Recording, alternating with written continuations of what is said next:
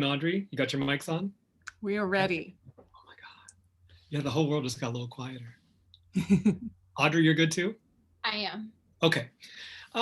If it's all right with y'all, let's just go ahead and jump in. We are Yeah. recording it, so if folks are late, they can catch the first few minutes on the video. First and foremost, welcome to Making Time. This is another panel discussion, a second in a series. Last time, Luke and Heidi and I got together to talk about the softer side of quilts and how to capture things beyond just the quilt front, you know. And we had such a good time and such a good chemistry that we decided, let's try again and let's talk about something that we're all students of and curious about, this idea of how to squeeze more time out of our days. It's tough. It takes some magic. And so we're going to share our ideas with you. We hope towards the end, when we do our question and answer, that if you have some good tips, just know that the four of us are all ears and would love to hear them as well. Just to get started, a couple of ground rules. One, I have everybody muted. When it comes time to share out, if you would like to unmute yourself, of course, you're more than welcome to do so. If you have your cameras on, it's nice to see you, but no pressure with that. And if you have questions for us, you can type them into the chat. Speaking of typing in the chat, I love knowing where folks are from. We've already got one howdy from Atlanta. This howdy is from Brooklyn, New York. And if you could just type in the chat where you're from, it'd be just kind of neat to see where everybody's at. Okay, yeah, so this howdy's from Kansas City. Oh, I see Erin is here from Australia. Look at everybody. Hey, Sarah from London. I mean, some of y'all are up Dude, late. I'm so excited you're here. Baltimore. Hi, Sarah. Ooh, Milwaukee. Heidi, you got Oregon. I lived there for a while. What a fun Was there another? Yeah, Donna. Hi, Laura from Chicago. I'm originally from Chicago, so I have a soft spot in my heart. Did we know that? We're both from I don't know. I live in Louisville now, so hello from Louisville. Kentucky? Yeah. We'll talk about that later. Okay. Right. So before we jump into time management and our little tips and tricks for time management, we were going to just go around in a circle, and the four of us are going to share out just a little bit just about who we are, just in case you're not familiar with us yet. This is the first time we're meeting. So I'll start. My name is Zach Foster. I make modern quilts out of repurposed material. So almost everything I work with is exclusively reclaimed textiles, whether that's old clothing or bed linens and tablecloths, napkins, whatever it may be. Recently, I've really dug in deep with working with memory quilts and the idea of capturing memory in the fabric and trying to catch the stories that they hold. So that's kind of a special passion project of mine at the moment. Luke, all right. And we'll go in the same order we're presenting, right? So I am Heidi Parks. I'm in Milwaukee, Wisconsin, born in Chicago. And I am a full-time quilter. I teach quilting and I make quilts. And I also love mending clothing. And I am a certified yoga instructor and yoga therapist. And I have a real passion for taking care of hands and taking care of the parts of my body that allow me to quilt, which of course are all of the parts. And so I do a lot of hand yoga and have that on my YouTube channel. And 95% of my quilting is done by hand, both the piecing and the quilting. So I've got that slow stitch thing happening as well. Awesome. Right, I didn't know even your piecing was done by hand, Heidi. I made a shift a few years ago. I was sick of listening to the sewing machine, and I couldn't watch TV while I was at the sewing machine, and it kind of hurt my low back. And I thought, like, forget that. And I made some whole cloth quilts, and like around 2017-ish. And then I got inspired to do hand piecing, partly because of Zach. Yeah, Zach, look at you. You big trendsetter. Well, you could always, I've got my sewing machine at standing height. So it's on a tall table with some Rubbermaids and then just some like bits of IKEA furniture. I've seen that. I put it, it works. That way I'm sort of sewing in hand height and my back doesn't end up. I have this knot in my back whose name is Frank from decades of sewing sitting down. So I always know if it's not quite ergonomic, Frank comes out to yell.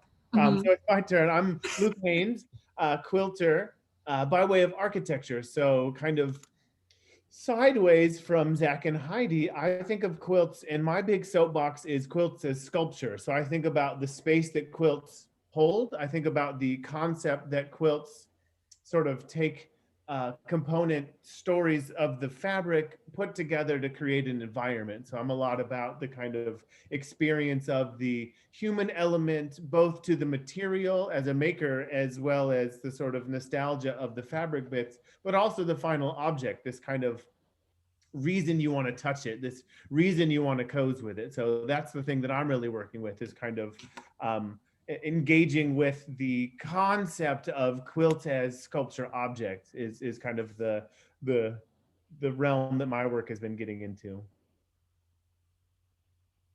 Awesome. And hello, I'm Audrey Esarey, and a lot of you know me as Cotton and Bourbon on Instagram. And I've been sewing from as long as I can remember, but I started quilting in 2005. And I did so kind of in a silo for many, many years until I started to join the online quilting community in the summer of 18. And I sew a lot of curves, and I like to hand dye fabric. And I've started teaching quilting and writing some patterns.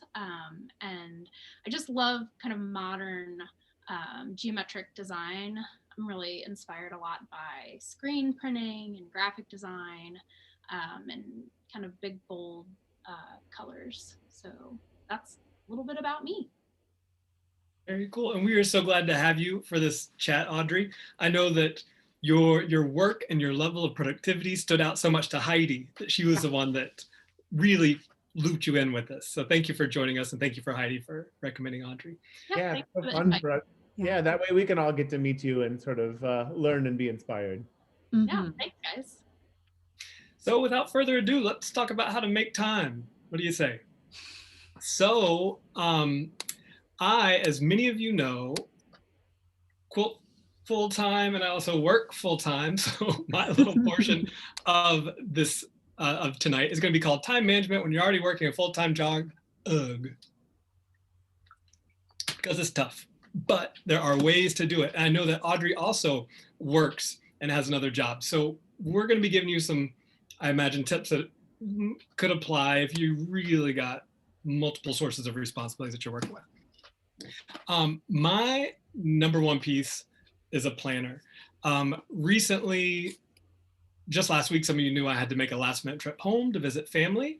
And one of the things that made that last minute decision so much less stressful for me was because I knew I had everything written down here. And so I could look at the week ahead and decide, okay, I really can manage this trip. I was able to move some things around, but I didn't have to rely on my memory. And that's something that before I started writing everything down, I didn't realize how much my mental bandwidth I was using just to try not to forget things. Now I don't have to worry about that because I write everything down. And so here's how I do it. I've heard it called rolling to-do list before. And starting the week before, let me get something to draw on the screen with for you. Starting the week before, Friday, Saturday, Sunday, somewhere in the weekend, I will go through and I will fill in my big goals for the week, just kind of broad strokes. And I will even go in and fill in Monday. Usually the rest of the week is blank unless there are certain things I know have to happen. Like, for example, today I have 2 chats to partake in. I had a newsletter that needed to go out. So certain things were already filled in, but not every single day.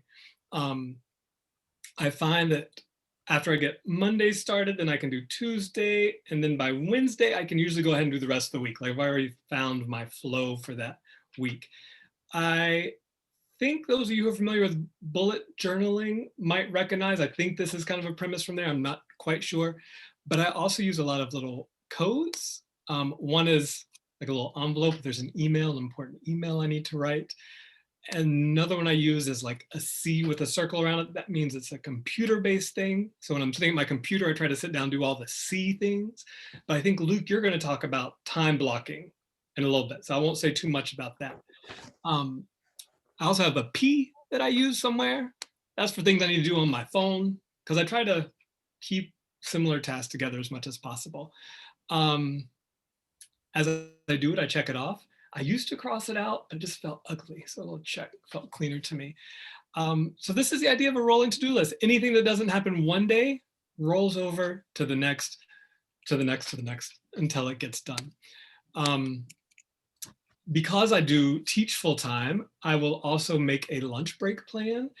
This past week, I'm on spring break, so you don't see lunch break plans here, but there are usually little things that I try to fit in, either whether it's like an Instagram post to post or maybe even a little hand sewing or something. I'm trying to find those little free moments in my day where I can squeeze in just a few extra minutes, because a half hour earlier in the day means I get to go to bed a half hour earlier that night. And to me, that's worth it. Another key idea that I got out of keeping lists was from Heidi, your friend, and I, Kim, from Feel Good Fibers.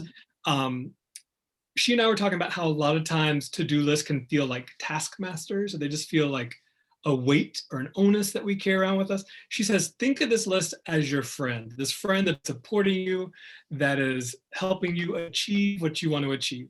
And that represented for me a nice mental shift. It was okay if I didn't get everything done, but my friend, the list, was there to help me. One other thing I'll share with you, and I'll be passing the baton, is the idea of thinking more long-term. So I do keep a this year list. Before I started thinking, I think before I was thinking week to week, and maybe if I'm honest, to the end of the month. I didn't really think in year-long terms, but now I'm starting to, and it's kind of fun to see what kind of ideas come up. So you see, I'm thinking about a book, that could be fun. Patreon, doing a studio visit video, looking into creative coaching and creativity workshops. These are all things that I've thought about doing one of these days. Now it's on my 2021 list, and I can sit down at the beginning of a month and think about, okay, how can I move a little bit closer to those goals? So in summation, these are 4 tricks that I kind of keep up my sleeve. The idea of a rolling to-do list is essential. Finding those little chinks of time throughout the day that you can get extra things done, like a lunch break. Keeping a this year list, and remember that everything we do here in this little book is friendly, right? It's not meant to be something that creates more of a burden. And Zach, there's a question in the chat. I think I recognize this book as being a Moleskine journal, but someone, Jude Swift, would like to know, which book is this? You know, it is Moleskine-esque. Can you read the brand? It's like Cabrix or something. But what I like about it, why I picked this particular one, I guess I go back to the slide, couldn't I? Why I picked this particular one is precisely because it gave me room at the beginning of each week to make my goals. I need that separate space in order to get all the big pieces in order. If I don't have those big pieces in order, then Monday through Friday is a mess, and I'm flying by the seat of my pants. Thank you for that question. Were there any others that we need to chat about? I didn't see anything else in the chat at this moment. Not yet, but I'm sure there will be. Very good. Well, then, without further ado, I'll pass the baton to Heidi. Beautiful. Somehow. All right. Yeah. Stop sharing. Yeah, no, I got you. Yeah. Here we go. So Heidi, I think it's funny that when you told some people you're talking about time management, they laughed at you. And I'm like, Heidi is the most productive person I know. What are you talking about?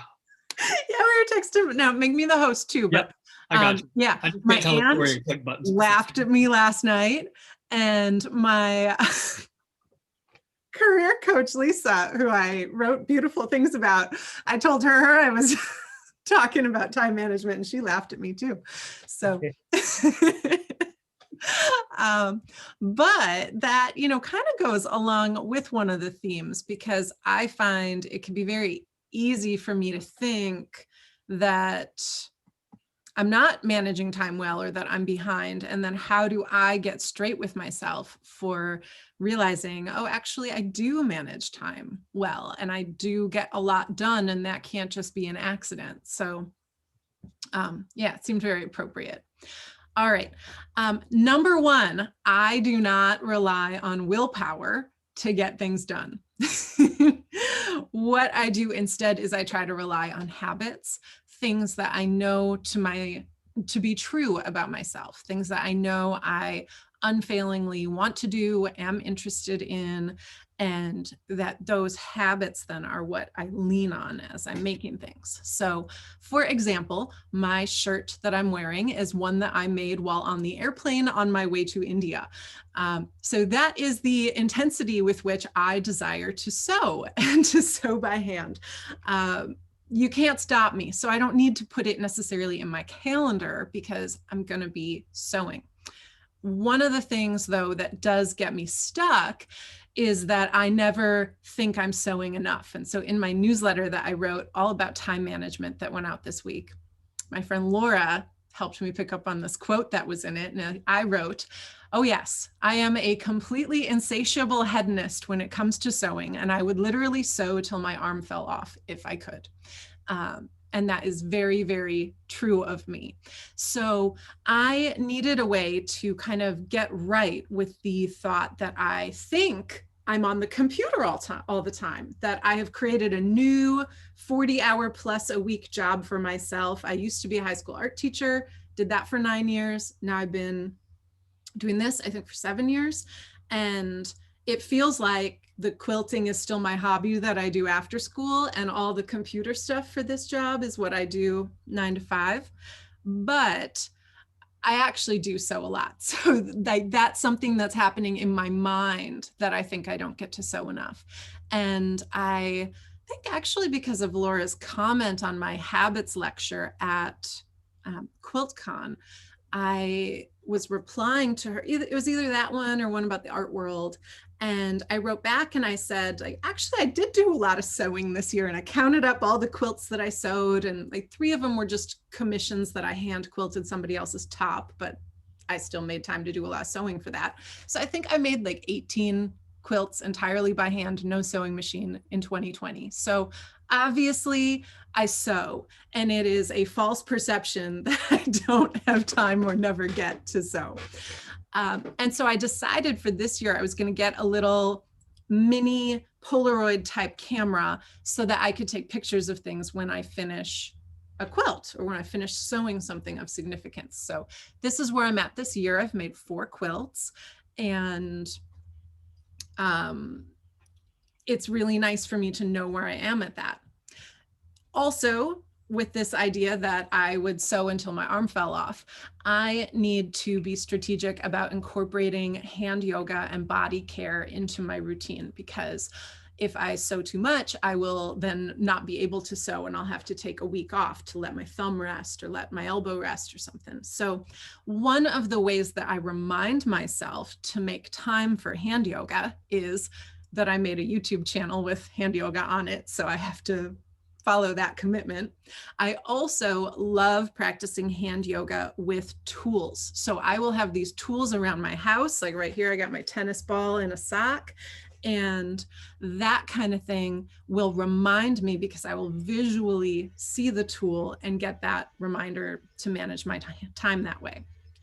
Today, I made a 30-minute video of my midsection because I was demonstrating walking and doing hand yoga. So I like that multitasking time management theme was real big for me today, about how can I get my steps in, be physically active, because quilting is a lot of sitting. I have also, like Luke, made myself a standing desk and cleaned out enough space that I can be at that desk. And that's really helpful as a way to counteract all the time I spent sitting. But that type of body movement and hand yoga is really important to me. It makes me more effective at quilting, helps me manage my time. I also find that visual things are really helpful. So I have 3 layers to how I plan my time. This is 9 months. And I have highlighted the times that I'm teaching in pink. So I have a sense of, am I overcommitting? How much am I going to be teaching? And then sometimes the time in light, hot pink is teaching. The time in light pink is like travel time, or time where I know I have to prep or just rest after teaching. February, everyone has to rest before and after QuiltCon. And this has been really helpful for me to know what's going on and what I need to plan around in terms of big picture, because my lifestyle is very seasonal. There are times when there's a lot of teaching, there's times when there's less teaching, and like wrapping my brain around that whole year is important. I also am really excited about this segmented to-do list. So I, for a while, just had a rolling to-do list, kind of like what Zach was picturing. And I realized I was recopying so many things all the time, and I couldn't even have the time to read through my to-do list because it was so long.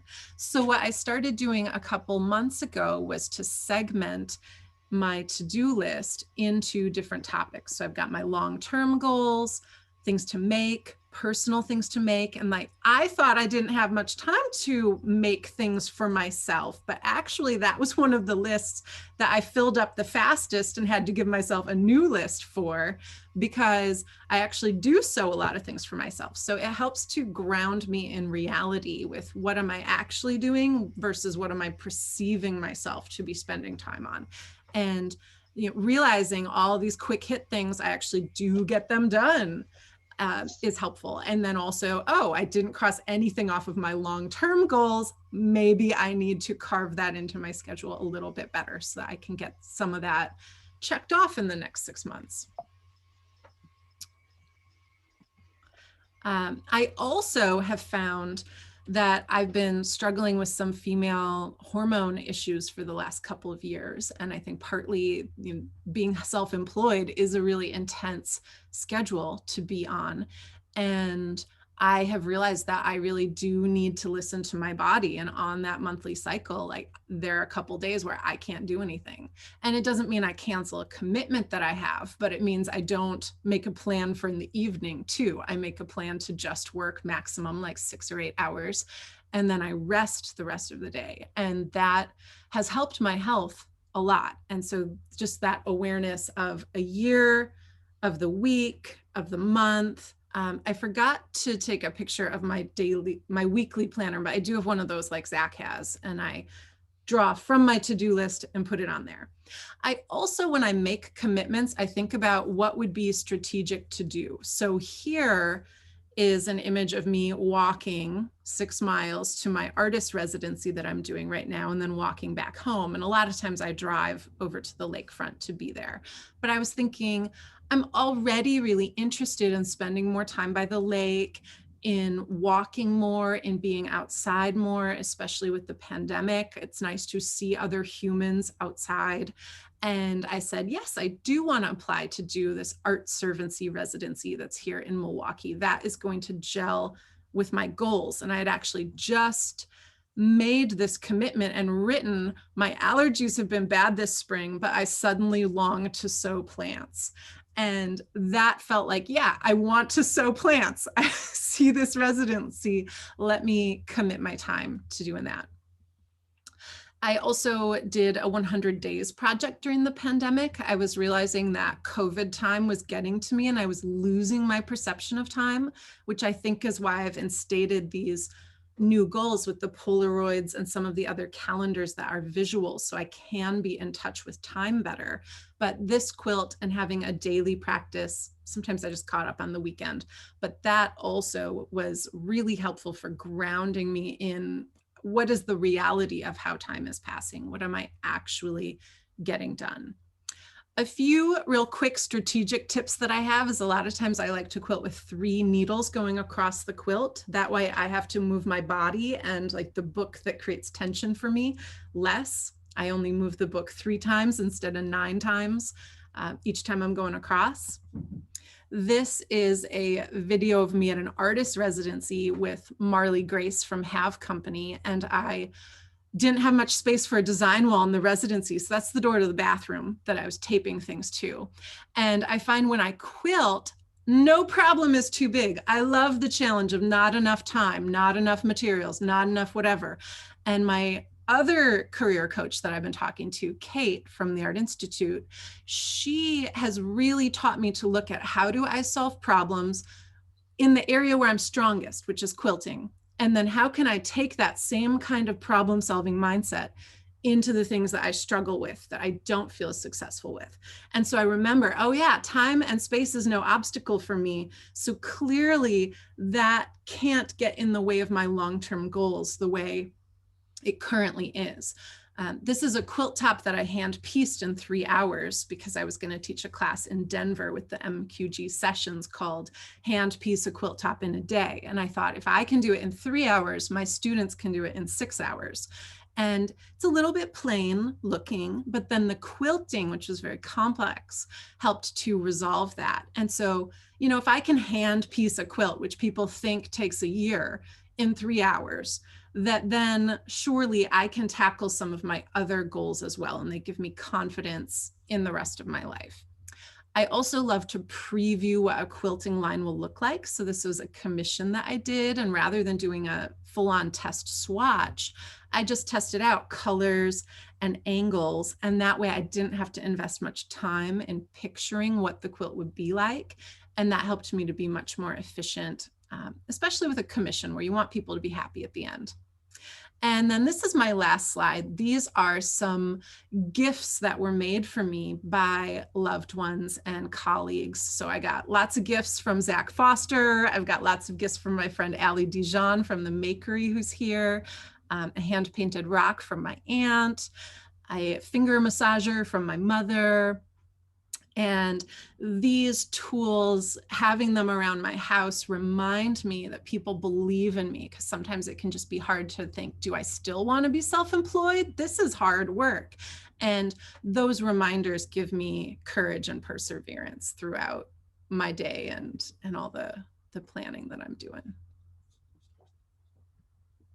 And I'm just going to make Luke the host. Great. Are there any particular questions that we should get to Heidi right now? If anyone has one while we're fresh. If not, jot it down and we'll ask it later.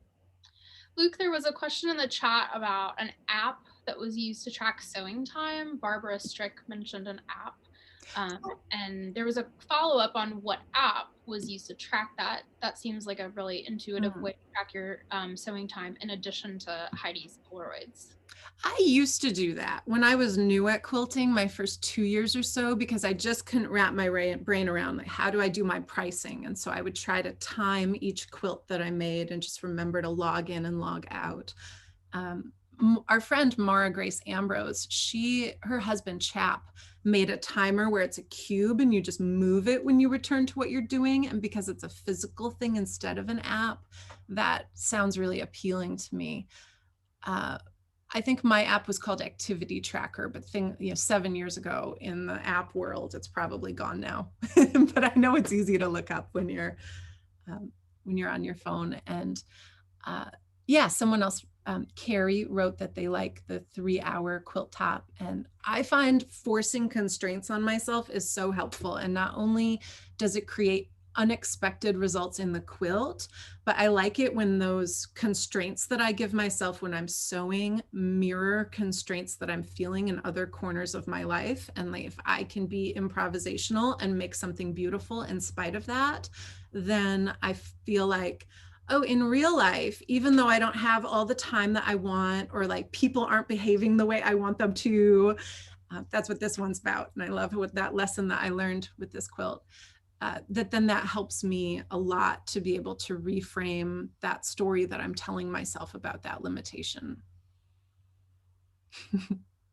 Awesome. Thank you very much. Mm-hmm. So I guess I'll kind of jump right into my spiel so that we have ample time for Audrey, our VIP of the evening.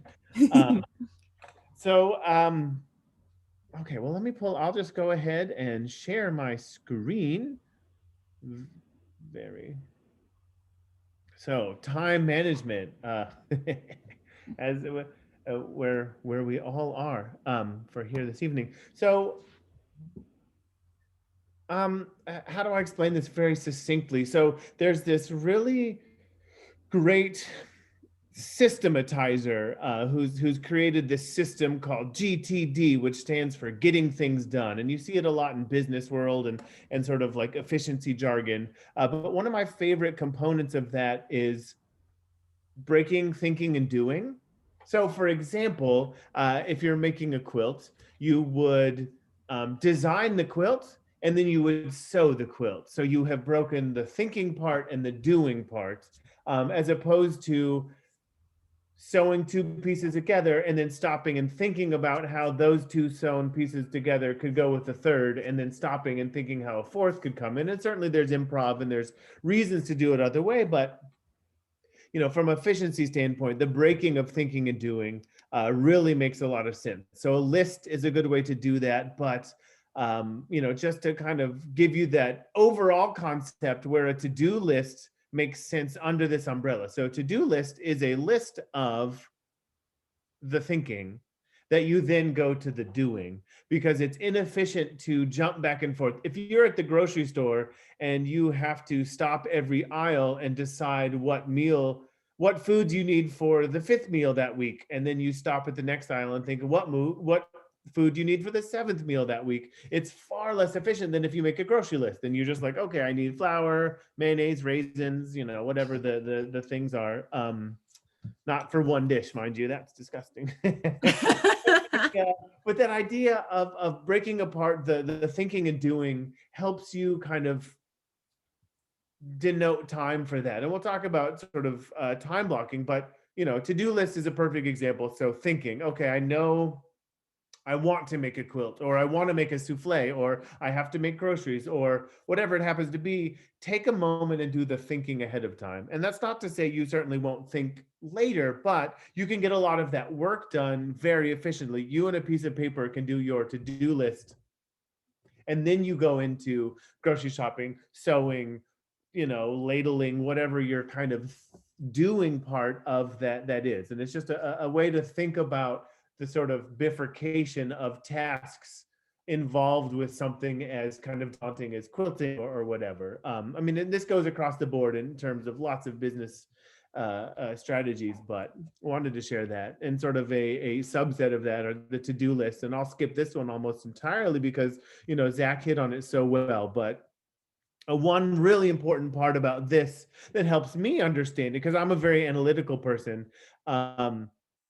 I love the idea that the to-do list helps you take these ideas out of your brain. It clears your brain. And one thing that's really interesting about the sort of biology of humans as creatures is our brains are not able to differentiate very well between the weight of a task.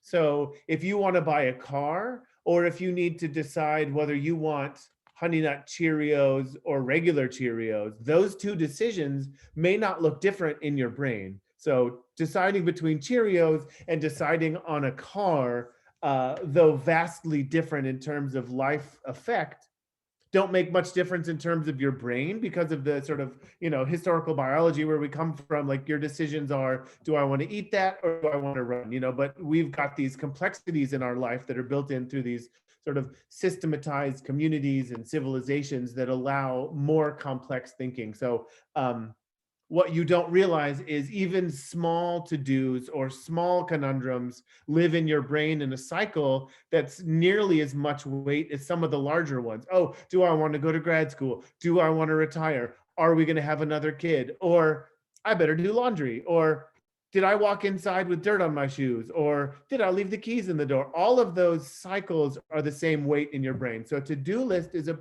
brilliant mechanism to pull from your brain these activities and systems so that you can actually use your sort of frontal cortex to catalog them in sort of real hierarchy. And it's just so important. And then time blocking.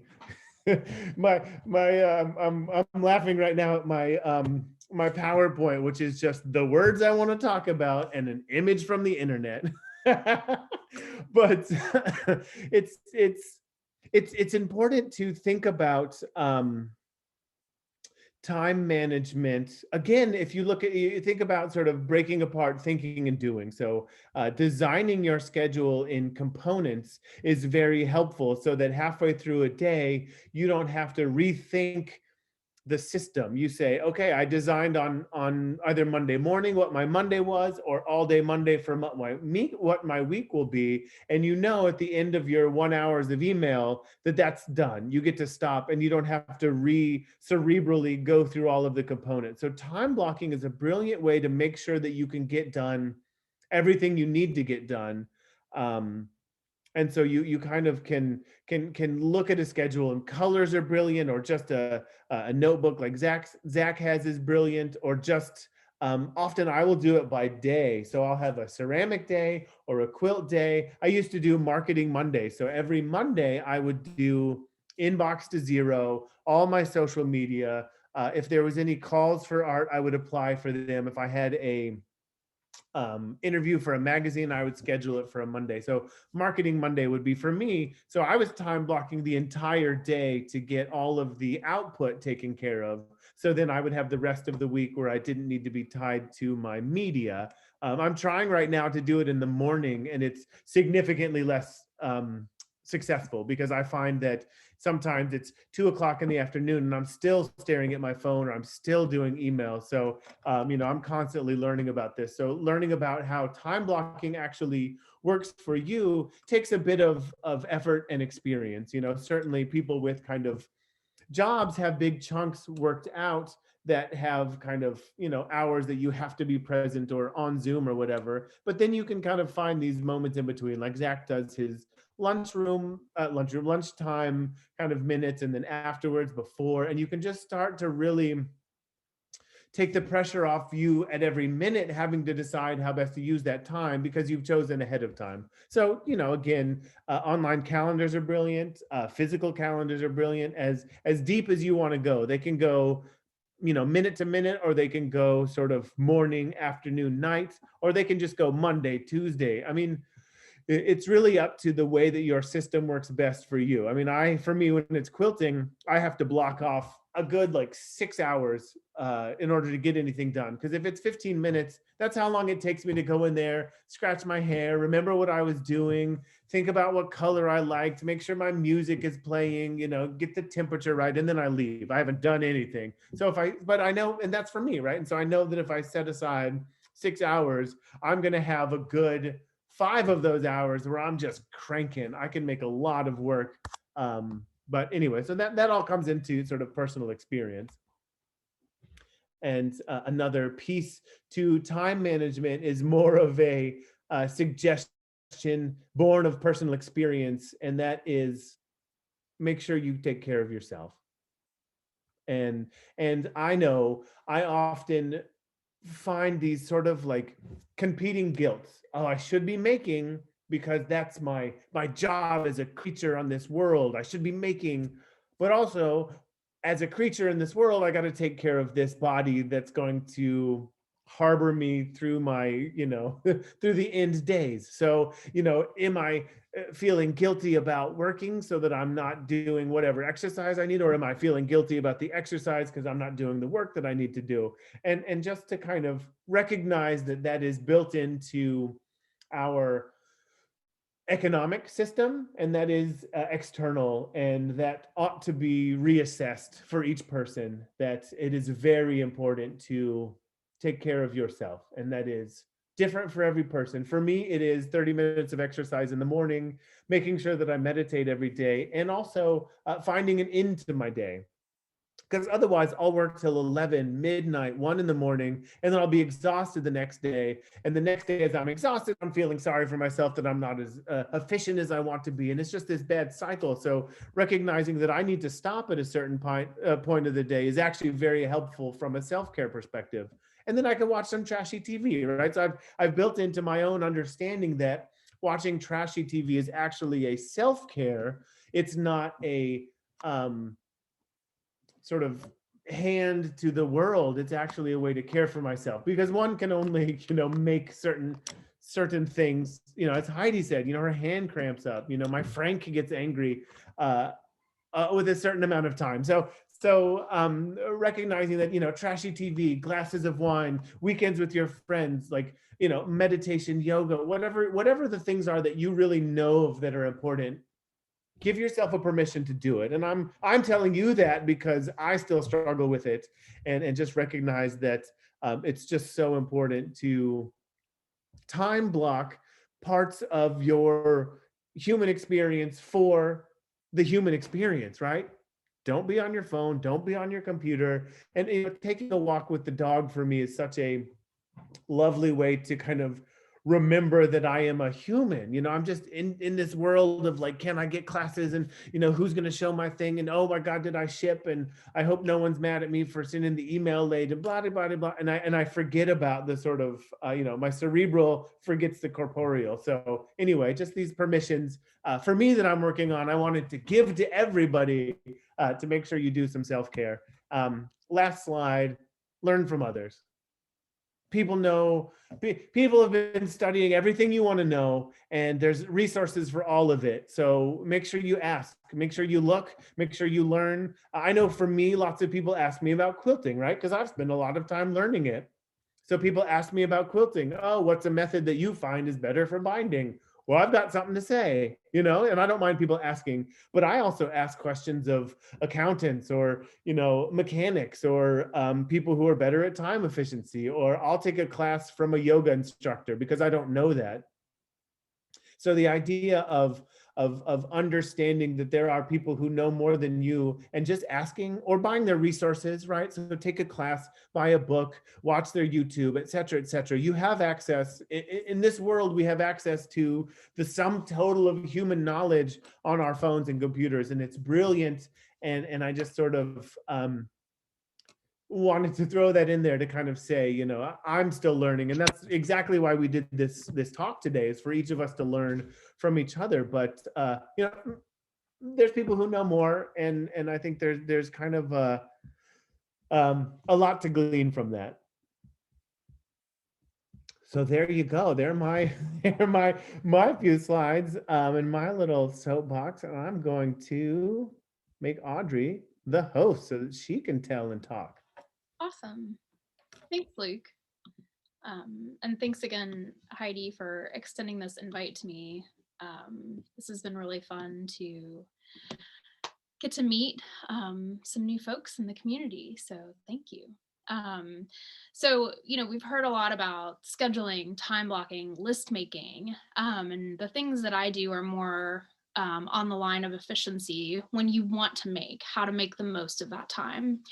And some of the things that I do relate in some ways to speed of execution, because I have nights and weekends that I do all of my sewing. And so I don't kind of confuse efficiency and speed. They're two different things for me. I create an environment where I can make efficiently. And then I sometimes do things to track how long things take me, so that I can then forecast how long am I going to be working on this, and just set myself an expectation. And those of you that know me out there, some of this will feel very familiar in terms of the images that I'm using and the tactics, just because it's out there, it's public on my Instagram. So one of the first things that I do in terms of my workspace is when I sit down to paper piece, I only have the tools on my surface that I need to do that task. So whether you on the call are a painter or whatever your creative aspirations are, if you clear the table and only have the things on the table that you need to execute that task, you'll be less distracted. You'll find you're pushing, you're not pushing something out of the way to reach for a tool that you need, pushing something you don't need out of the way. And that has really been a game changer for me, because then if I'm prepared and I kind of set myself up to be successful in that way, then when I sit down, I can really kind of get in that zone and get in that flow of paper piecing. And while I'm listening to something or watching a show that I've seen a million times, I can kind of just sit back and enjoy listening to that and focus and just get in the zone on paper piecing. So as you can see here, the tools that I have laid out, I've got a stack of colors that are in exactly the order that I'm going to piece them. So I'm never wondering if I'm reaching for the right piece of fabric. I know that I am because I've prepared myself to do that. So all of my tools are here. And one thing that I do often is I capture a time lapse of my work. And so in this instance, this is just a short clip of me actually paper piecing. So you can see in real practice, I didn't really plan to film this. I decided to do it spontaneously, but I was ready. My workspace was clear. I had good lighting. My fabric was in order and I was ready to go. So I was like, oh, why don't I film this? And so you can kind of see as I go, the only thing that interrupts me is I ran out of bobbin thread. So I had to change that. Aside from that, really, here's another time lapse on the right-hand side. Another one that I filmed very spontaneously. When you film a time lapse, you can't pause. You cannot step away. You can't interrupt and get distracted. So that time that you're filming yourself, I mentally, when I turn that camera on, I know that for that hour, that 35 minutes that I'm filming, I'm going to be very focused on the task at hand because I'm recording it.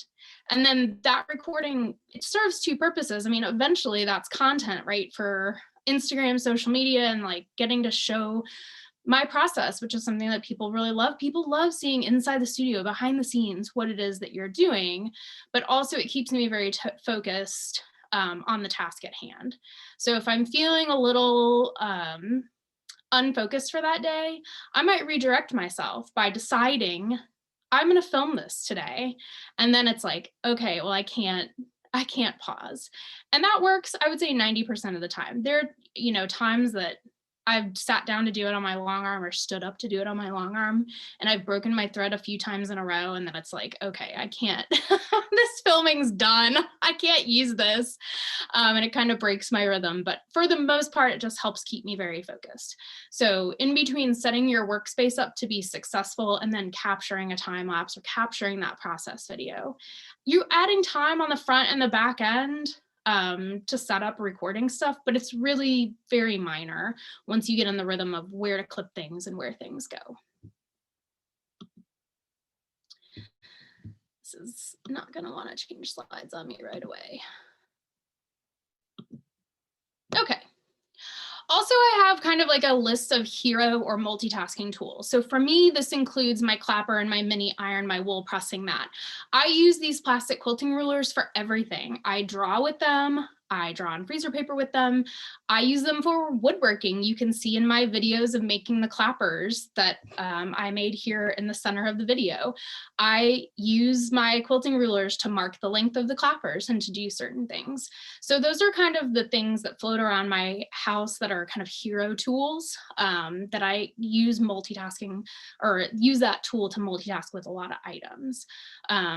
We all have them in our studio. So for me, that also includes my add-a-quarter ruler and my Clover finger presser, that little white acrylic finger presser that I would be so sad if it went missing, as well as a micron pen, which is, you can write on fabric with it. It's permanent. I like to draw with them because they don't smudge. I like to have a pencil in the studio. So just all of those little things, again, they don't kind of take up a lot of space. But if you have one bin that has all your hero tools in it, then you're not always wondering, where is that item? Because again, you've set yourself up to be prepared to sit down and work.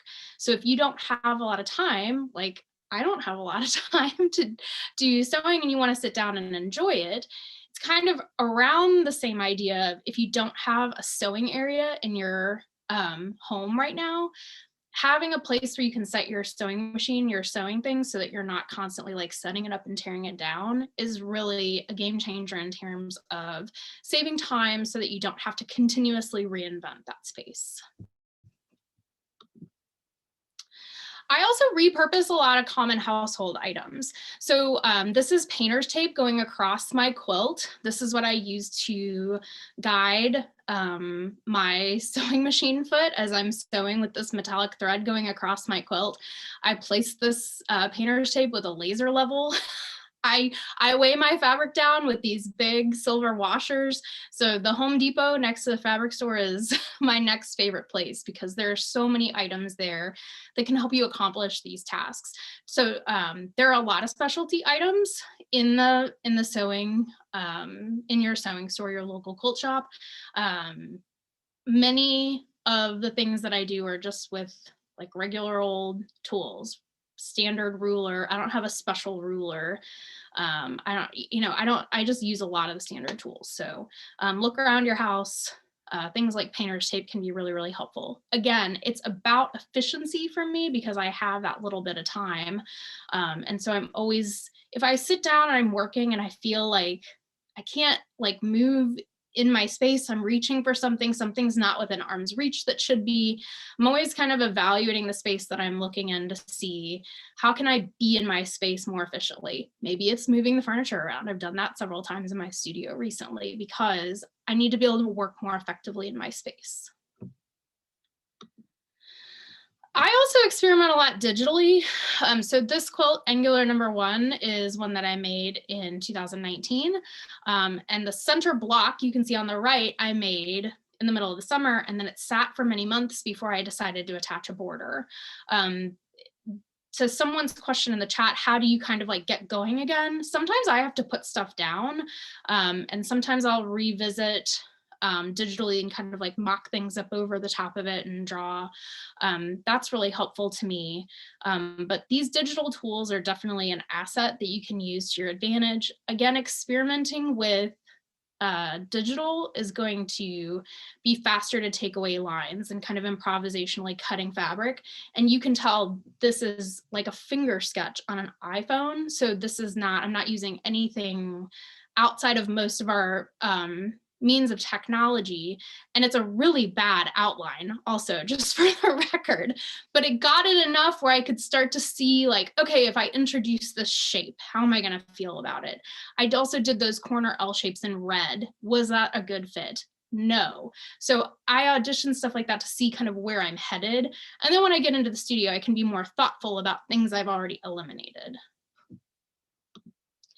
This is another digital mock-up that I did for my watercolor quilt that will be featured at Quilt National this summer.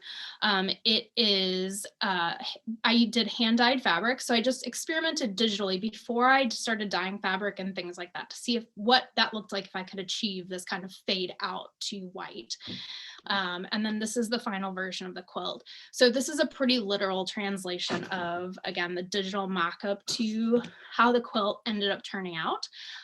That's not often the case, but it was here, which is great. And so I, again, just use those digital tools to my advantage to kind of save time on the front end. Lastly, I make a lot of time for photography. Photography is something that I have always really enjoyed. I took high school photography classes. I've really gotten to know my camera over the last year and a half. I'm shooting now almost exclusively in manual mode. It is just a lot of great fun, but I take a lot of pictures along the way. And that does a couple things for me. One of the questions I got when I did the poll on Instagram of what should I talk about? Someone said, how do you create so much content for Instagram while also making? And it's because I'm really diligent about taking photos all along the way. So this first picture is my fabric stack, and that's kind of a signifier also mentally for me that I'm about to start a new project. I've locked in my palette, I'm taking a picture of it, I'm ready to go. And so once I take that picture of the fabric stack, I'm ready to cut into that fabric. I'm also interested in taking pictures from different angles and thinking about how am I featuring the quilting? How am I featuring the piecing? And you can see these pictures were taken before any of the seams were even stitched together. And so I'm putting things up on the design wall and seeing kind of like, what can I capture? And I take a lot of bad pictures. I just want to let you know that, but I take a lot of pictures. I'm going to go ahead and skip to this so you can see for like the pictures that I take, this stack of wide binding, I kind of moved it around and looked at things a lot of different ways before I decided on the picture that I thought was best. But what I did when I was failing kind of here and here and really here and here and here is finding things that didn't work. And then I may not repeat that in the future because I know now that that didn't work. And you can also see kind of here on this side, there's lots of angles that didn't work, things that weren't in focus, and none of these pictures are color corrected. So like that's a whole other step.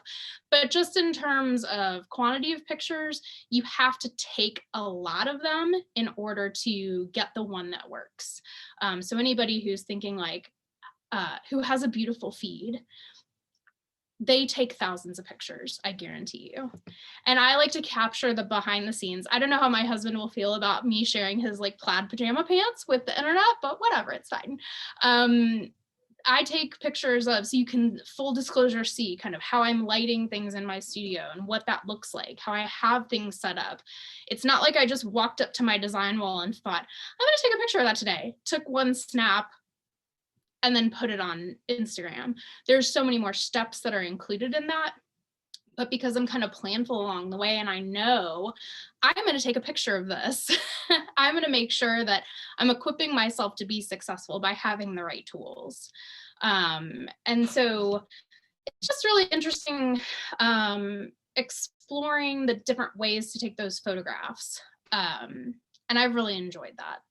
And the very last thing that I want to share as we kind of wrap up and take any questions that are in the chat is in terms of the community, I have a close-knit group of friends in the community that I chat with very often. And I share a lot of my intentions with the folks that I'm close friends with. There's a phrase that's more corporate called climbing the staircase of commitment, but I think of it more as sharing, you know, what my goals and hopes and dreams and wishes are. And so sometimes I'll say, I'd really like to release a pattern on this day. And I'll say, like, let's look at the calendar. Does that seem reasonable? And I'll pull through my calendar and see, is that going to be a tight deadline? Like, maybe it is. But I'll reach out to my tech editor and say, hey, I really want to release a pattern on this day. Could you squeeze in a tech edit for me? And so then I'm kind of like creating small commitments along the way. And a lot of times I find that to be very successful because I'm a goal setter, but also if you're telling your friends and your confidants, these are the things that you really want to achieve, a lot of times they'll support you and follow up with you and ask you how things are going. And so if you have a goal that you really want to achieve, tell someone about it and have them help you support you, help you by supporting you, because I find that the community has done that a lot for me, especially over the last 18 months or so. And that's been really helpful. So those are my kind of tips. Definitely leveraging that community and telling your friends and family the things that you really want to achieve, I think has been key to checking a lot of boxes for me this year.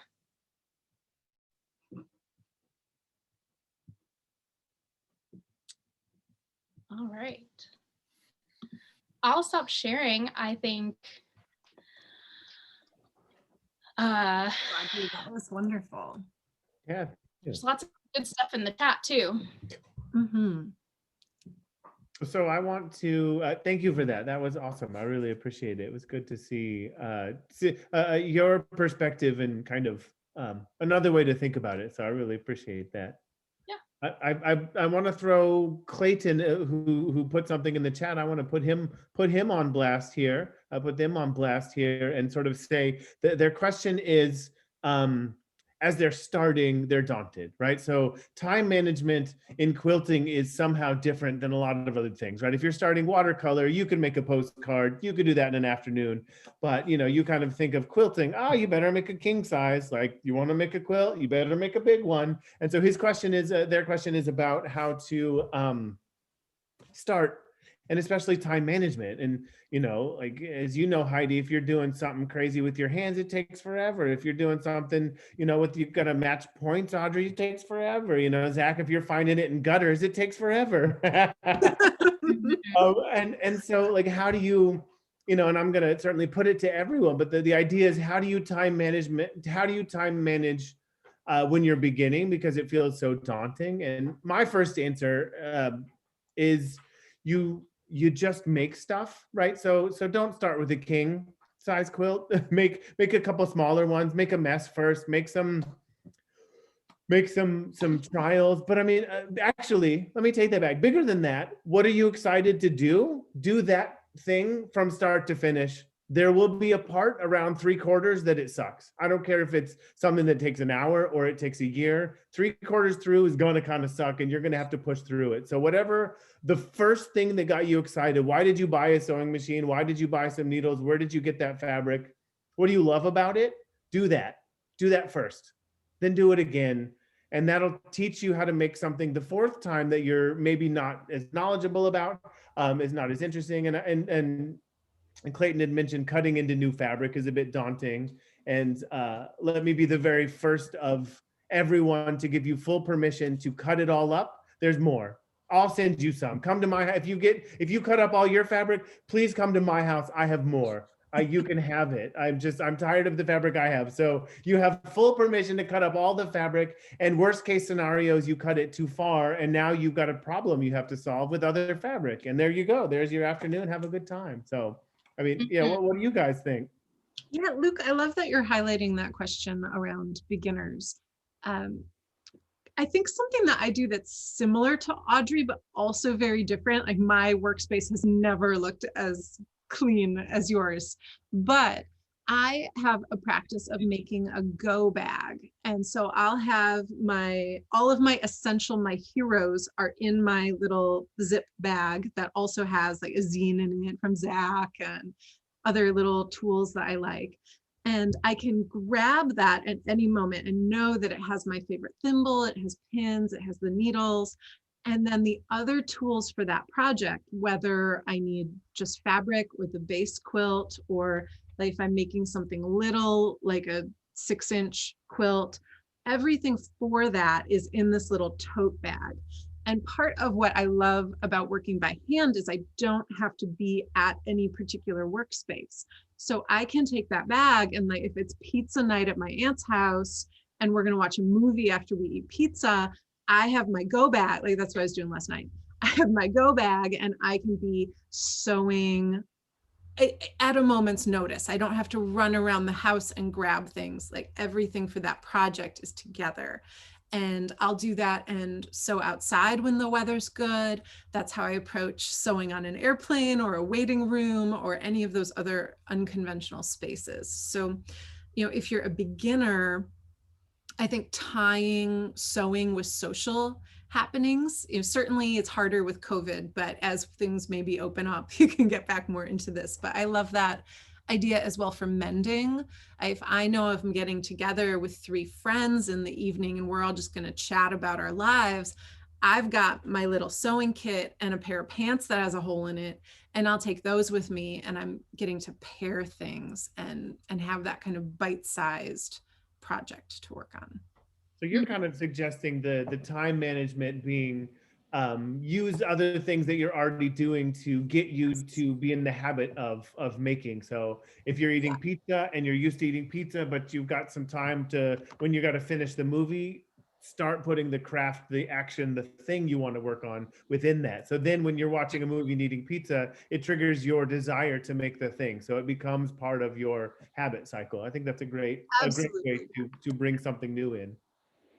Yeah, and I like to work small when I'm starting to experiment with something. So in December of 2019, I made a lot of small, like 20 by 20, 24 by 24 pieces, because I was experimenting with piecing. I was experimenting with different quilting and layering accent quilting, and trying to get my brain to think of quilting as another layer of design instead of just kind of the act of joining together 3 layers to call something done. And for that reason, I found that making those small pieces, they're more manageable under the sewing machine. You can finish them more quickly. They're less of a fabric commitment.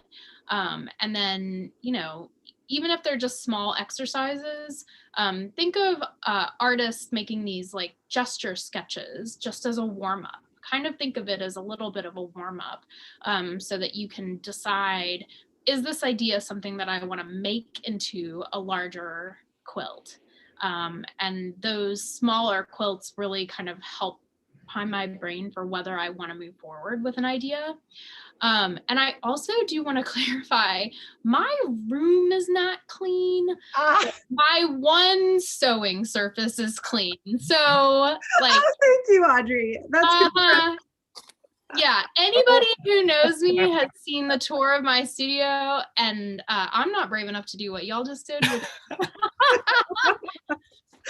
But the one kind of surface, especially if I'm prepping to do a lot of like paper folding and things like that, I'll kind of clean that up and get ready, clean off the ironing board. But no, my room is a disaster, guys. Just real talk. Oh, that's awesome.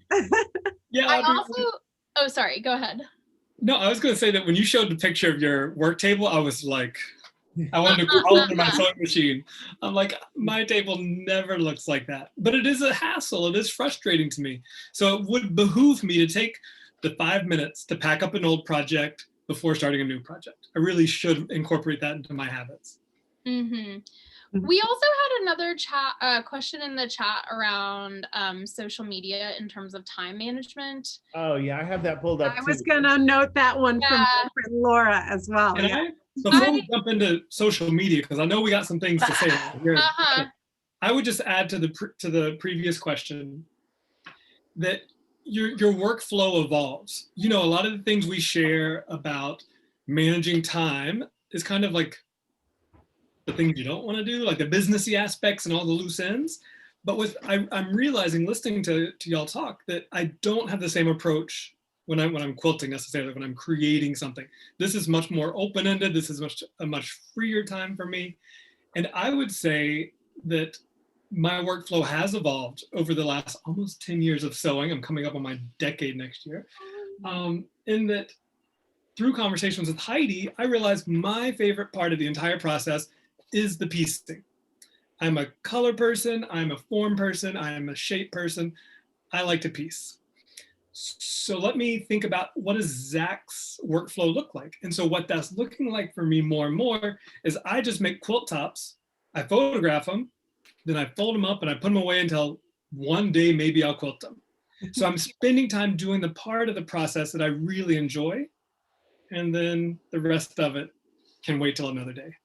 That goes to Luke's point of, you can decide if that is a step that you'd like to outsource. I've dyed fabric for people because they don't want to dye fabric. And that's great because I love it.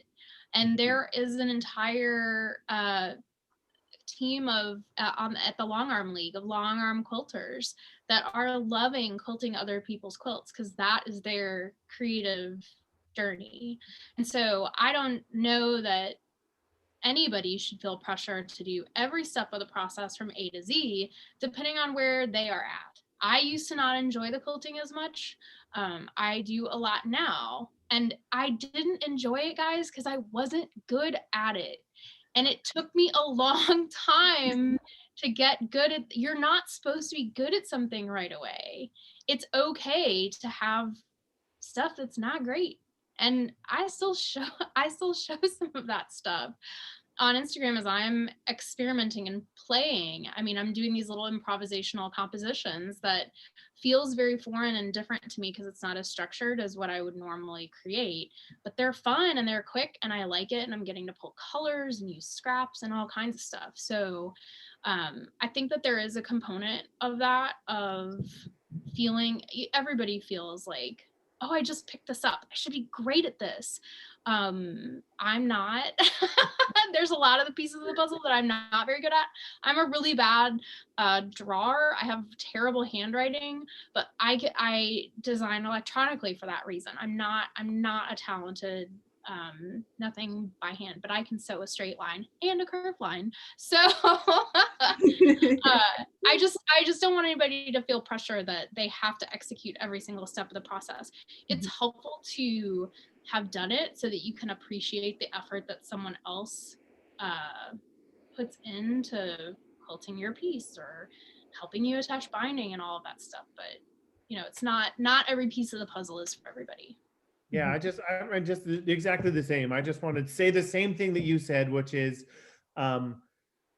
do the parts that you enjoy, and give yourself permission for that to change, right? Like, I detested binding forever. I thought it was the worst chore. So Zach, same as you, I would have shelves of unbound quilts. Oh, I'll just, ugh. And then I could hire someone to do it. Quilting too, just like, oh, I can give you money to not have to do that. Please, God, thank you. Take this and some money, done, finished. But now, now I've gone through these portions of time where it's like, oh, I want to finish it. I want to bind that, because then I'm going to show it it's done. And then my binding is different than other people, so I have to do it. So, do the thing you love, and that might change, and that's okay, right? Mm-hmm. All right. Do we want to talk about Laura's great social media question? Yes. Yeah. Okay. So the question, Laura was in my PowerPoint, I'll start. Okay. Well, I was just going to read her question. So her question is, how do folks think about social media in terms of time management? Is it on your to-do list, or is it something you're pulling yourself away from to get back to the to-do list? So, yeah, to my point about willpower versus habits, I genuinely love being on Instagram. And so it made sense for me as a social media platform because it was a place where I naturally felt inspired. I naturally liked it. Even when I was a high school art teacher and I had to wake up at like 6 a.m. to be at work at 7:10 in the morning, which is not my nature.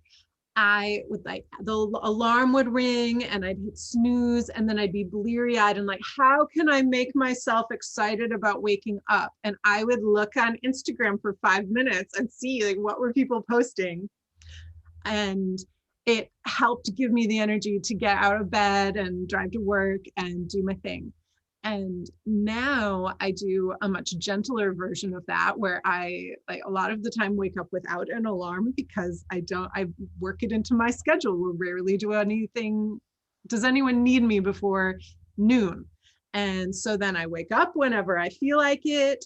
And sometimes I'll like keep my eyes closed and I'll listen to a podcast. And other times I'll be like real curious about what's happening. And so then I'll go on Instagram and see what everybody's doing and check on my friends, check my messages, and like the luxury and wonder of being like still cozy, half asleep, looking at social media just really is to me the most wonderful way to start my day.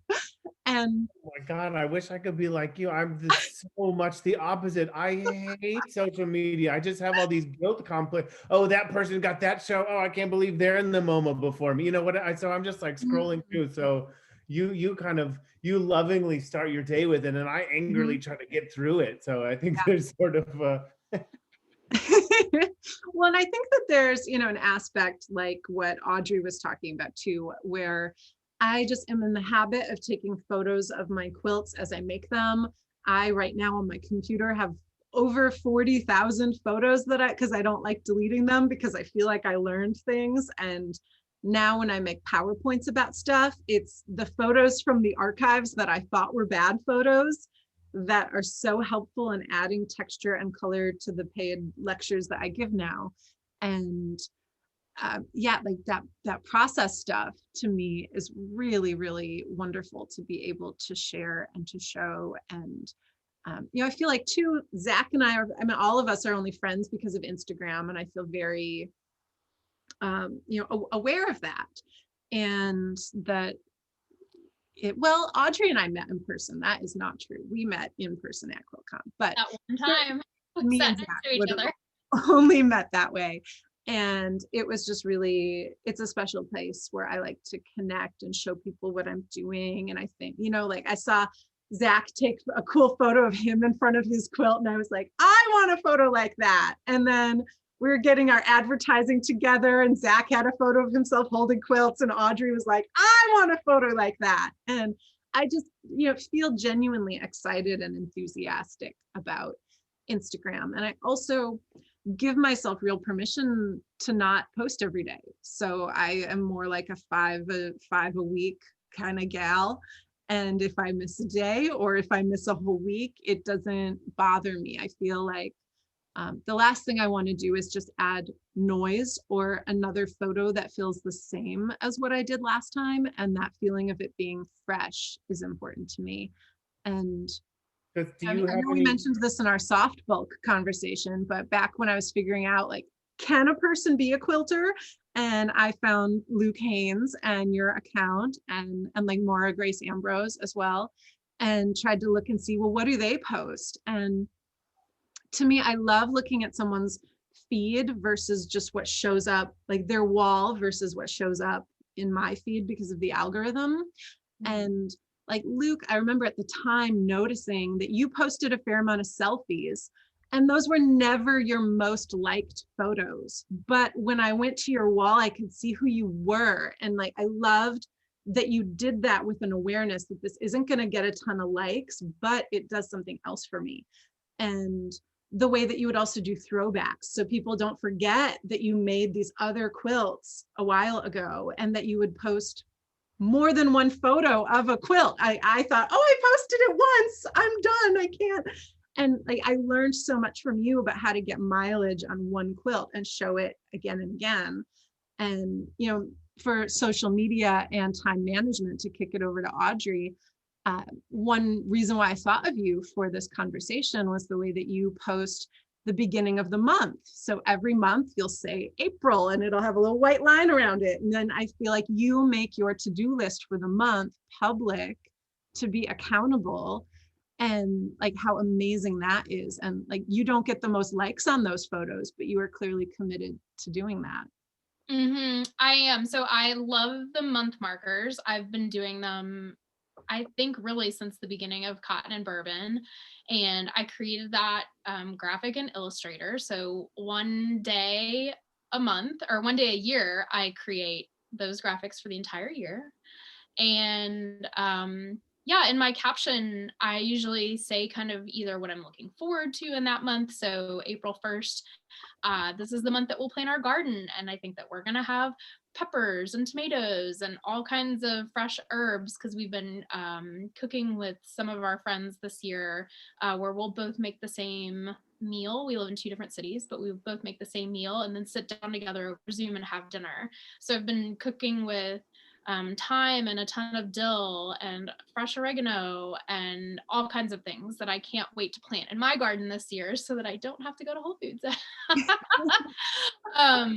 And so that was on my list, as well as doing some teaching and all kinds of stuff. I really wanted to say in that post, but it wasn't public yet, that I made the block of the month for April at the National Quilt Museum. So if anybody is interested in trying one of my patterns, that is free at the National Quilt Museum this month. That was something I was really looking forward to. So I do love my little month markers. And it's funny because as I feel like my feed has evolved over time, and as my style has evolved, those month markers still fit kind of perfectly the way that what I think my vibe is. And I do really love those. So thanks for asking about that, Heidi. And I do a lot of scheduling where I don't use a later app yet, because I like to kind of wake up and see what the day is like, and see, is this a day that I like to have a little bit more control than scheduling out a week of posts. Yes. I also don't like to fake that I've finished something faster than I've finished it. Like, I also don't kind of pre-plan stuff, because I want people to see the real time of it, because I just appreciate that so much in other people's posts. I do. I mean, I think that there are benefits to scheduling out. Because for a lot of reasons, but I usually am pretty real time about what it is that I'm posting. And some of my favorite stuff to post is these time-lapse videos. I like to be pretty transparent about how I'm doing something. I'm kind of just a natural teacher at heart, and so I love to show people how easy it is to sew a curve, and to take some of the question out of how I'm doing something. I'm always happy to tell you like what Kona color I'm using, or what it is that I'm doing. I don't mind. I like sharing the process. I think that that's very intuitive. To answer Laura's question maybe more specifically, the last 2 years, I have participated in the IG Quilt Fest, which is run by Amy of Amy's Creative Side, I think is her handle. Mm-hmm. I just couldn't do it this year. I started it and I was looking ahead at the prompts and thinking like, oh yeah, I have pictures and stuff. I have 3 years pictures now that I can pull from.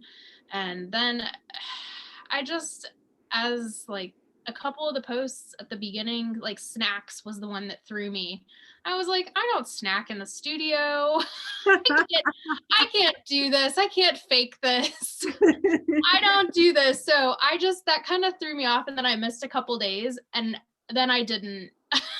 I have never had the energy in March to do it. Like if it was any other month, I feel like maybe, but. Yeah. So I took the year off and I didn't do it. I would hop in and out of it. And that felt good. So I think that's kind of where my body told me like I needed a little bit more balance. And so I gave myself that balance. You know, I popped in when it was like pressing is important because I use a clapper, I make clappers, I sell clappers. I was like, this is my day. Let's talk about pressing. And I loved seeing everybody posting pictures of their clappers and how excited they were about having nice flat seams and everything like that. I loved it. But like the next day I was like, okay, that was great. So that's kind of how I achieve a little bit of my balance, is just kind of listening to when I've kind of over-engaged. Zach, do you manage your social media time ahead of time, or is it just kind of you do it till it's done? Well, yeah. I mean, I will sit down and in my planner, I'll jot down, okay, on Monday, I want to post this. Tuesday, I want to post this. But again, it's a loose forecasting. It's nothing too particular. I would say, just to add on to Audrey, in your chunk of the conversation, you talked about how recording time-lapse videos helps kind of babysit your phone so that it frees you up to work. I do the same thing with when I go live a lot of times. Many of you have joined me for the Zak cam, I call it, where I just set the camera up in the corner of the room and I'm just here working at the wall or I'm sewing or something, but it babysits my phone so I'm not tempted to go over there and check it, you know, and I think there's some power in that. So not that you have to go live necessarily, you can do other things with your phone, but that's one idea. Another idea is there's this app I really like called Forest, I believe it's called. And it's the idea that you set a timer on your phone for 10 minutes, 20 minutes, an hour, whatever, and you plant a little digital tree. And if you leave your phone undisturbed for that predetermined amount of time, then the little tree grows and you have a little digital tree in your digital garden. And they say they actually help plant real trees around the world. I hope they do that. But it's fun how they can gamify not touching your phone. And that's been really helpful for me as I'm working. I plant my little tree for 20 minutes. I go over here and do this thing. And it just takes it off the bandwidth for a little while. Zach, just because I know you, I love how strategic you are about the moments when you set up the lighting in your sewing area and you try to maximize that. I wonder if you could talk. Oh yeah, I know what you mean. So, so when I'm doing a full-blown photo shoot, I got 3 separate big floor lights with the big umbrellas and such, you know, and it's just enough hassle. It takes maybe 5 minutes to set up, but it's just enough hassle that when I do it, I want to maximize the time. So I will have several projects lined up at once, and I will just pop one on the wall, pop it down, pop it up, and I will do photo shoot for a quilt. I will record the video quilt tour, sitting in front of the quilt, talking about the story behind it, and just really try. If I have any important Zoom calls to do that day, I'll leave the lights set up and try to schedule it all together. You know, really just try to take advantage of the workflow that way. Yeah, Luke. What was the social question? media? We're answering Laura's question. I was thinking, I was deeply in Zach's sort of, man, I have to schedule. So, and you know, I think Zach was ragging on me about this the other day. So I literally delete Instagram from my phone every single day when I'm done with it. And I re-download in the morning when it's time to do the work to do it. I mean, I get so in depth. I have this such love-hate with it because there's just so many things. I'm over inspired, right? I'm like, okay, now I physically am vibrating with all of the ideas that I can never accomplish in a lifetime that I've learned about in the last 30 minutes. And, so it's overwhelming. Plus it's so fun. All my favorite people are on there. All the coolest people are on there. All the celebrities I think that I'm attached to because I can see their, truck that they just bought. And it's like, oh, now I know, me and The Rock are buddies. So there's all of these sort of like mental activities that are just charged, the up to 100%. And so I literally delete it every day so that I can get work done. And I used to do, and like I said, I used to do Marketing Mondays where I did it all Mondays and then tried not to the rest of the week.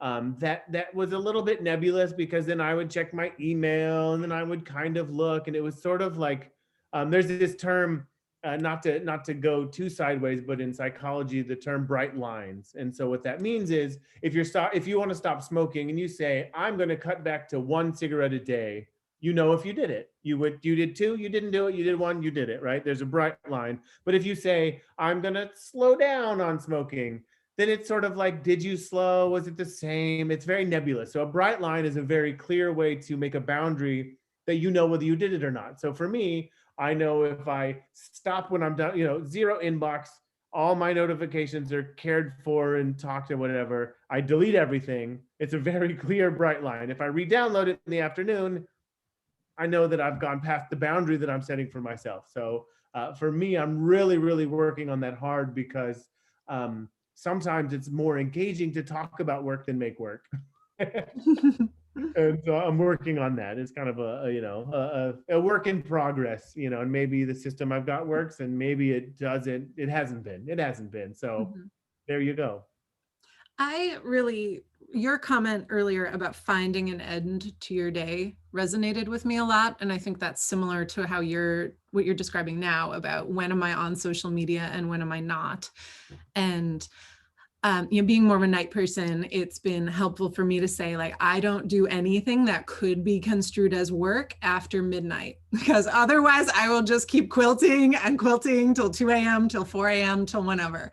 And so, like, I know if I'm just sewing and really having fun, like, that's the kind of thing, gotta stop at midnight.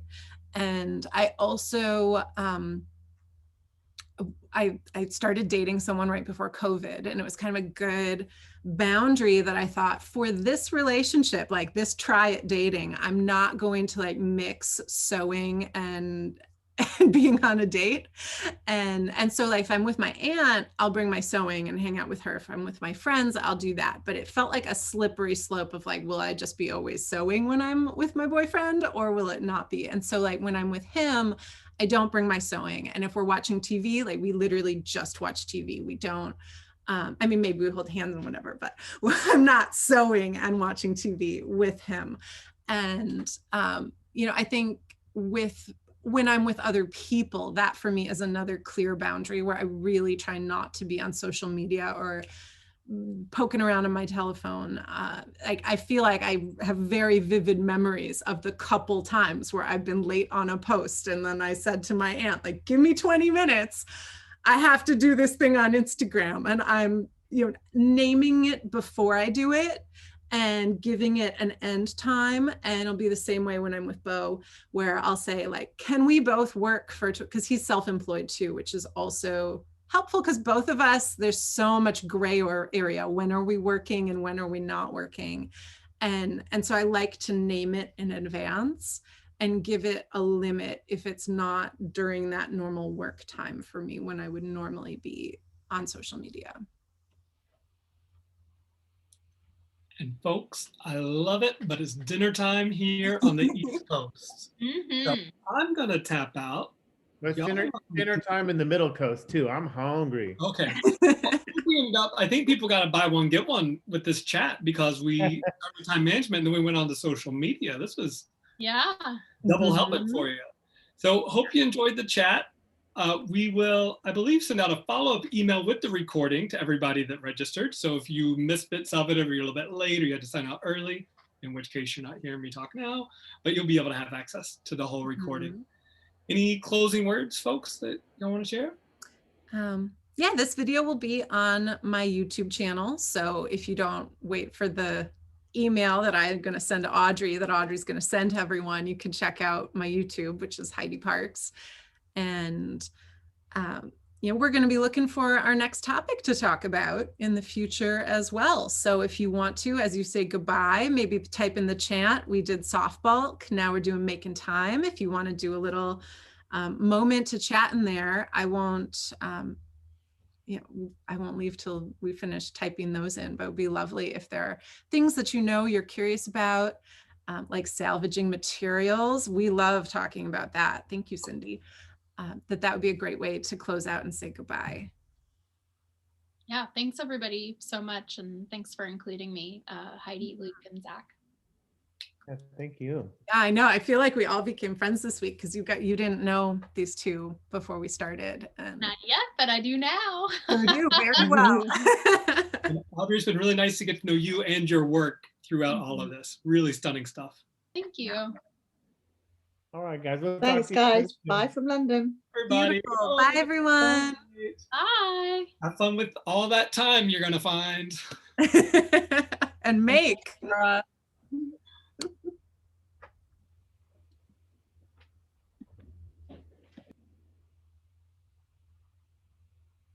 All right, I'm just reading through those last few comments on the chat.